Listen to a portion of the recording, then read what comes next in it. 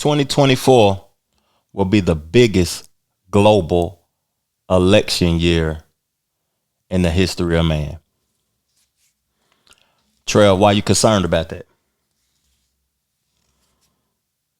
Power being shifted. The people that's in power.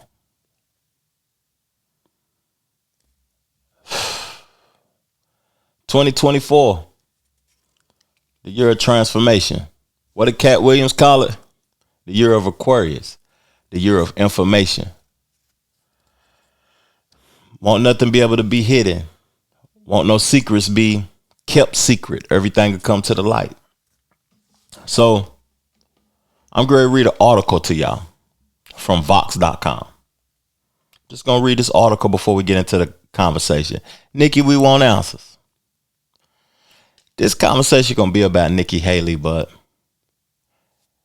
in my mind, it's about the totality of the world, the election year in totality. So on January 1st, Future Perfect published its predictions for 2024. The forecasts range from the number of poultry that will be culled because of the bird flu this year to which film will win the Oscar of Best Picture, Oppenheimer.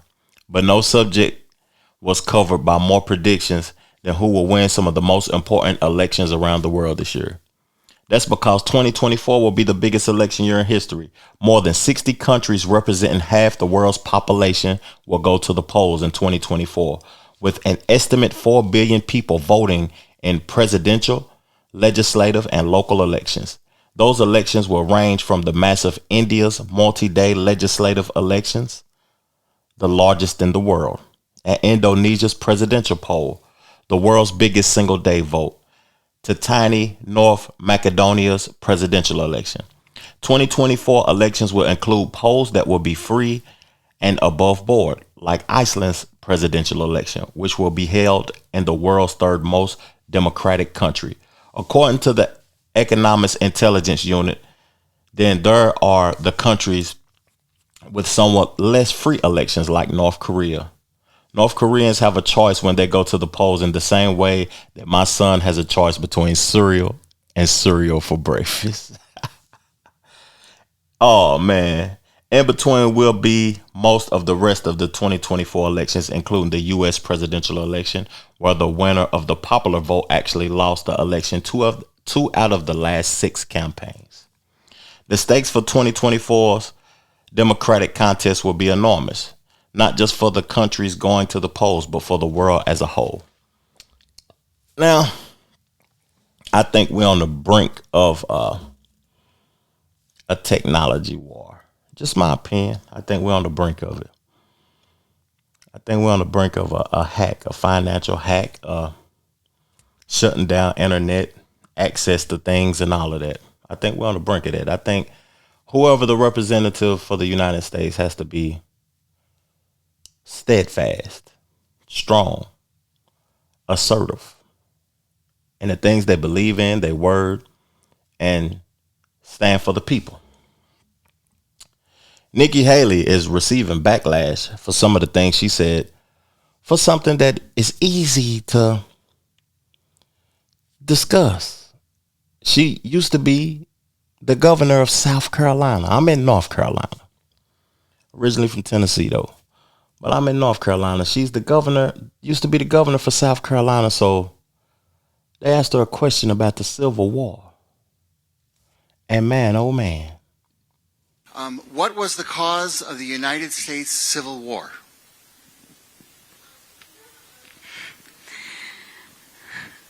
Well, don't come with an easy question or anything. I mean, I think the cause of the Civil War was basically how government was going to run, the freedoms and what people could and couldn't do. What do you think the cause of the Civil War was? I'm sorry?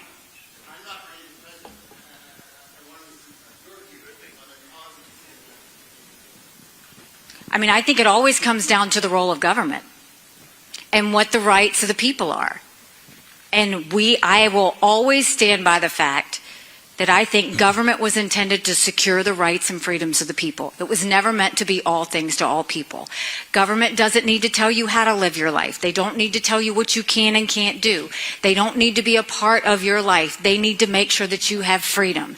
We need to have capitalism. We need to have economic freedom. We need to make sure that we do all things so that individuals have the liberties so that they can have freedom of speech, freedom of religion, freedom to do or be anything they want to be without government getting in the way.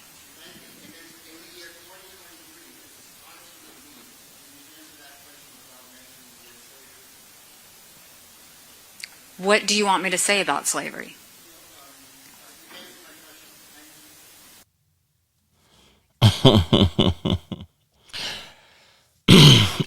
You know, I can interpret a lot from that. She said, government was intended for the people. Then, right after she said that, she said, government wasn't intended for all people. Who are the people that government was intended for? That's what I need to know.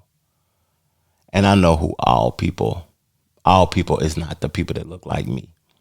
So she could have simplified it. And then being governor, the previous governor of South Carolina, it probably would have helped her out, being honest. We want honest. That's why Trump is doing what he doing. He said. Now, when I think of Civil War, I need help in the comment section right now. Because I don't know everything about Civil War. I ain't a Civil War scholar. I don't know everything. I don't even know if Civil War was a physical war. There's no proof of it. Or I haven't seen no videos or no imagery or nothing that was real and tangible. Show me where Civil War was a physical war, please, in the comment section. Email me the receipts or share I will approve your comment in the comment section if you approve it. If you send me a link to a video on YouTube or something or anywhere, a website or anything. When I think of Civil War, I think of the North. Started the industrial industry where they had warehouses and people working. I think of the South. Still having slavery and having people doing physical free labor in the South. I think of slaves running to the North to be free. And the people of the North not sending them back down South.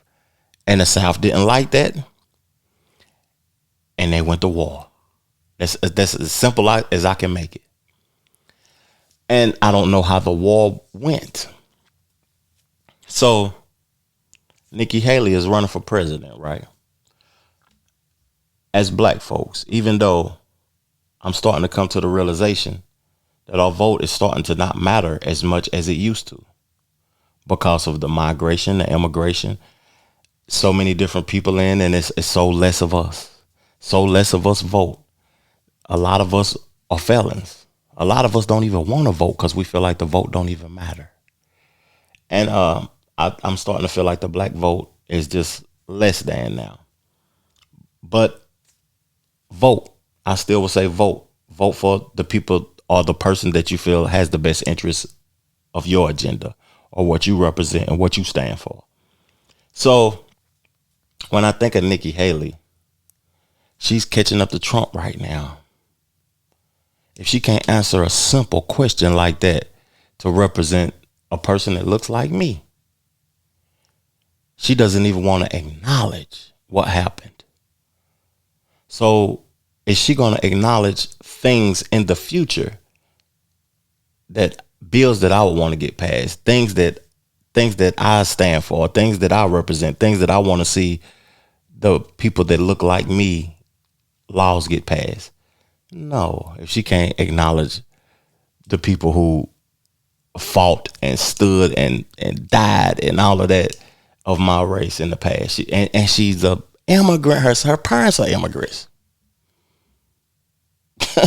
Real talk, her parents are immigrants. She should have no reason to not have answered that question just straightforward, my opinion.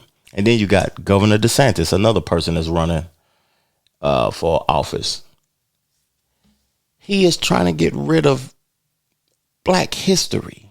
He don't want history being taught in this state. So if he wins the country, he's not going to want history being taught in the United States. I look around and y'all going to vote. I just want to know that. Are y'all going to vote? Because who y'all vote for? Who is winning y'all over right now? Is it Biden? Is it Trump? Is it Vivek Ramaswamy, whatever his name is? Is it Nikki Haley? And tell me why you would vote for Nikki Haley. Is it Governor DeSantis? Is it my boy, what's his name, from New Jersey? I forgot his name that quick. But this is the stage that where voting and politics is going to matter, because it's going to be a transfer of power. And you want the things that you stand for to be in office. You want the things that you stand for and represent to be upheld. Or are you just going to adjust to whatever happens in the world? Me, I'm different in that aspect. But this is Nikki responding to the backlash. Yes, I know it was about slavery. I'm from the South. Of course you know it's about slavery. Of course the Civil War was about slavery. We know that. That's unquestioned, always the case. We know the Civil War was about slavery. But it was also more than that. It was about the freedoms of every individual. If it requires clarification of saying, yes, the Civil War was about slavery, I'm happy to do that. She just said in that statement that it was freedom for every individual. But in the previous one, she said, government wasn't meant for all people. So she's contradicting herself. All of these people that's public officials contradict themselves. They talk too much. Sometimes a lot of things need to go unsaid if you're not representing the best interests of the people. And I know the people that look like me, you're not representing the best interests of them. What's her nationality? That's what we need to know. Is she even American? We got people that's not even Americans running for the presidency because they've been here for a while. They got their green, whatever. Their family was immigrants or whatever, but they're running for the office, or are they going to look out for the best interests of the people? I doubt that. Talk to me in the comment section, though, y'all. I appreciate y'all tuning in to every episode, man. Nikki, we want answers. And as a black individual, are you voting for Nikki Haley? Real talk. Peace, love, plenty of abundance. Make sure you go get you some money, and I'm out. Chip.